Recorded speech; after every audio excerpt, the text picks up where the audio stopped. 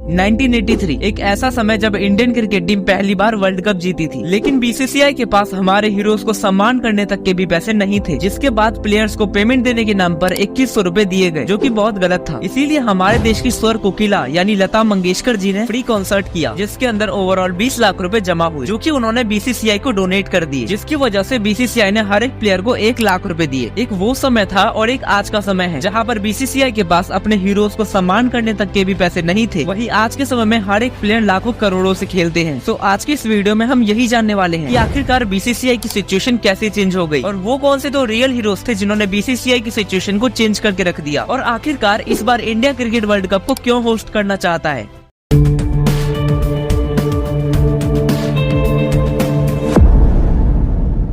तो देखिए, इस बार यानी 2023 में इंडिया क्रिकेट वर्ल्ड कप को होस्ट कर रहा है, लेकिन क्या कोई भी कंट्री मुंह उठाकर वर्ल्ड कप को होस्ट करने का दावा कर सकती है? तो किसी भी कंट्री को वर्ल्ड कप को होस्ट करने के लिए एक कॉम्पिटिटिव प्रोसेस से गुजरना पड़ता है। तो देखिए, वर्ल्ड की मेजर क्रिकेट बोर्ड के फॉर्मर चीफ आपस में मीटिंग करते हैं और एलिजिबल कैंडिडेट को चूज करते हैं, जिसके दौरान वो कंट्री के कुछ मेजर फैक्टर्स को चेक करते हैं, जैसे कंट्री की इकोनॉमी पावरफुल है कि नहीं। उसके बाद वहाँ के इंफ्रास्ट्रक्चर को भी देखा जाता है और सबसे इम्पोर्टेंट वहाँ की सिक्योरिटी देखी जाती है, क्योंकि दूसरे देश के भी क्रिकेट फैंस स्टेडियम में इकट्ठा होते हैं। इसीलिए होस्टिंग करने वाली कंट्री की सिक्योरिटी पावरफुल होनी ही चाहिए। जैसा कि पाकिस्तान ने भी इस बार क्रिकेट वर्ल्ड कप को होस्ट करने के लिए पार्टिसिपेट किया था, लेकिन वहाँ के सिक्योरिटी रीजंस को देखते हुए पाकिस्तान को होस्ट करने से मना कर दिया गया। वैसे मैं आपको बता दूं कि 2027 में साउथ अफ्रीका, जिम्बाब्वे और नामीबिया ये तीनों कंट्री मिलकर क्रिकेट वर्ल्ड कप को होस्ट करेंगे, और 2031 में वापस से इंडिया क्रिकेट वर्ल्ड कप को होस्ट करेगा, जिसके साथ बांग्लादेश भी होगा। लेकिन ये सारी कंट्रीज क्रिकेट वर्ल्ड कप को होस्ट क्यों करना चाहती है, और इस बार अगर इंडिया को क्रिकेट वर्ल्ड कप को होस्ट करने का मौका मिला है तो उससे इंडिया का क्या फायदा होगा? तो देखिए, इस पर यह अंदाजा लगाया गया है कि क्रिकेट वर्ल्ड कप के होने से इंडियन इकोनॉमी में $2.4 बिलियन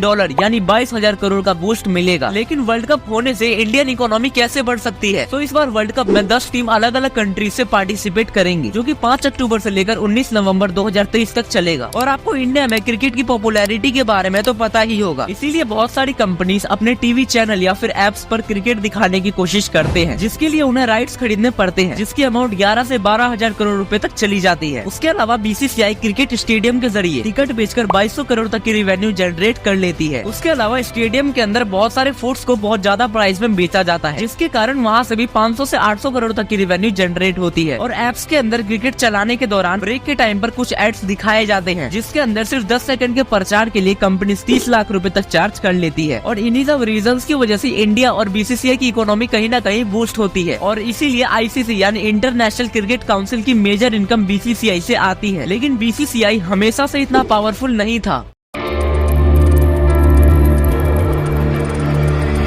ये समय था 1983 का, जिसके दौरान इंग्लैंड के अंदर वर्ल्ड कप का final match India versus West Indies चल रहा था। इसी बीच सिद्धार्थ शंकर रे, जो कि इंडिया के यूनिट मिनिस्टर थे, वो अपनी वाइफ के साथ इंग्लैंड के दौरे पर आए थे। इसीलिए वो भी वर्ल्ड कप का फाइनल मैच देखना चाहते थे, जिसके कारण शंकर जी ने रिक्वेस्ट किया हमारे सबसे पहले हीरो को, जो कि आगे जाकर बीसीसीआई की तकदीर को बदलने वाले थे, जिनका नाम था एनकेबी साल्वे, जो कि बीसीसीआई के प्रेसिडेंट थे। तो शंकर जी के रिक्वेस्ट करने पर एनकेबी साल्वे इंग्लैंड के क्रिकेट बोर्ड को रिक्वेस्ट करते हैं कि उन्हें 2 टिकट एक्स्ट्रा दी जाए, ताकि शंकर जी अपनी वाइफ के साथ वर्ल्ड कप का फाइनल मैच देख सके। लेकिन इंग्लैंड की क्रिकेट बोर्ड ने एक्स्ट्रा टिकट देने के लिए साफ मना कर दिया, जिसके बाद Indian cricket team world cup match जीत तो गई थी, लेकिन बीसीसीआई को वो अपनी बेइज्जती बिल्कुल भी अच्छी नहीं लगी। इसीलिए अब एनकेबी साल्वे डिसाइड करते हैं कि वो क्रिकेट वर्ल्ड कप में इंग्लैंड की मोनोपोली को तोड़ के रहेंगे। जिसके बाद बीसीसीआई पाकिस्तान क्रिकेट बोर्ड के साथ समझौता करती है और आईसीसी में अपनी लॉबी बनाती है, जिसमें वो फैसला करते हैं कि वो इंग्लैंड की मोनोपोली को तोड़ के रहेंगे। इसीलिए वो आईसीसी में ये मांग करते हैं कि इंग्लैंड के अलावा और भी कंट्रीज को वर्ल्ड कप होस्ट करने का मौका मिलना चाहिए। बीसीसीआई के इस स्टेटमेंट के बाद सारी कंट्रीज बीसीसीआई के साथ हो जाती है, और इसीलिए सारी कंट्रीज के साथ होने पर इंग्लैंड को भी मानना पड़ता है। लेकिन अब आईसीसी के सामने बहुत बड़ी चुनौती थी, क्योंकि हर बार इंग्लैंड ही वर्ल्ड कप को होस्ट करता था, लेकिन अब वर्ल्ड कप को होस्ट करने का मौका किसको दिया जाए? तभी बीसीसीआई भी क्रिकेट वर्ल्ड कप को होस्ट करना चाहती थी। लेकिन जैसा मैंने आपको वीडियो की शुरुआत में बताया था कि वर्ल्ड कप को होस्ट करने की जिम्मेदारी ऐसे ही नहीं मांगी जा सकती, और वैसे भी बीसीसीआई के पास वर्ल्ड कप को होस्ट करने के लिए पैसे नहीं थे, लेकिन एनकेबी साल्वे हार नहीं मानते और उस समय की प्राइम मिनिस्टर इंदिरा गांधी के पास मदद मांगने की कोशिश करते हैं। जिसके बाद इंदिरा गांधी जाती है हमारे दूसरे हीरो के पास, जो कि आगे जाकर बीसीसीआई की सिचुएशन को चेंज करने वाले थे, यानी कि धीरू भाई अंबानी। तो इंदिरा गांधी के रिक्वेस्ट करने पर धीरू भाई अंबानी मान जाते हैं और बीसीसीआई को ब्लैंक चेक देने का वादा कर देते हैं। अब इसके बाद बीसीसीआई की फाइनेंशियल प्रॉब्लम खत्म हो चुकी थी, लेकिन उसी दौरान आईसीसी के अंदर इंग्लैंड क्रिकेट बोर्ड बीसीसीआई के खिलाफ वोटिंग करवा रहा था। जिसके बाद बीसीसीआई सब कुछ ठीक करने के लिए सारे क्रिकेट बोर्ड को 5 गुना ज्यादा पैसे देने का वादा कर देता है, जिसके बदले में सारे क्रिकेट बोर्ड को बीसीसीआई का सपोर्ट करना होगा। तो अब सब कुछ ठीक चल रहा था और आईसीसी ने 1987 में होने वाले वर्ल्ड कप की होस्टिंग की जिम्मेदारी बीसीसीआई को दे दी थी। लेकिन तभी बीसीसीआई को बहुत बड़ा झटका लगता है, क्योंकि 31 अक्टूबर 1984 को इंदिरा गांधी का मर्डर हो जाता है। जिसके बाद देश के अगले प्राइम मिनिस्टर उनके बेटे राजीव गांधी बनते हैं और इसी दौरान वीपी सिंह भी फाइनेंस मिनिस्टर बनते हैं, जो कि फाइनेंस मिनिस्टर बनने के बाद धीरू भाई अंबानी पर कुछ रेड डाल देते हैं, जो कि धीरू भाई अंबानी को बिल्कुल भी अच्छा नहीं लगा। जिसके बाद उन्होंने बीसीसीआई से अपने हाथ पीछे ले लिए और अब वीपी सिंह की गलती के कारण बीसीसीआई को दोबारा फाइनेंशियल क्राइसिस से गुजरना पड़ता है। वैसे मैं आपको बता दूं कि बीसीसीआई को वर्ल्ड कप होस्ट करने के लिए आईसीसी को 20 करोड़ रुपए देने थे, लेकिन अब बीसीसीआई फाइनेंशियल क्राइसिस से गुजर रहा था, जिसके कारण वो आईसीसी की पेमेंट नहीं दे पा रहे थे। लेकिन उसके कुछ समय बाद वीपी सिंह और राजीव गांधी के बीच के मतभेद सामने आते हैं, जिसके बाद वीपी सिंह को बाहर का रास्ता दिखा दिया जाता है और अब बीसीसीआई के पास भी बस एक उम्मीद बची थी, धीरू भाई अंबानी, क्योंकि अब बीसीसीआई को बस वो ही बचा सकते थे। जिसके बाद धीरू भाई अंबानी भी बीसीसीआई को सपोर्ट करने के लिए तैयार हो जाते हैं और वर्ल्ड कप की ट्रॉफी का नाम चेंज करके रिलायंस कप नाम रख लेते हैं। भले ही 1987 में इंडिया क्रिकेट वर्ल्ड कप नहीं जीती, लेकिन बीसीसीआई की पावरफुल होने की शुरुआत हो चुकी थी। आई होप कि आपको ये वीडियो अच्छी लगी होगी।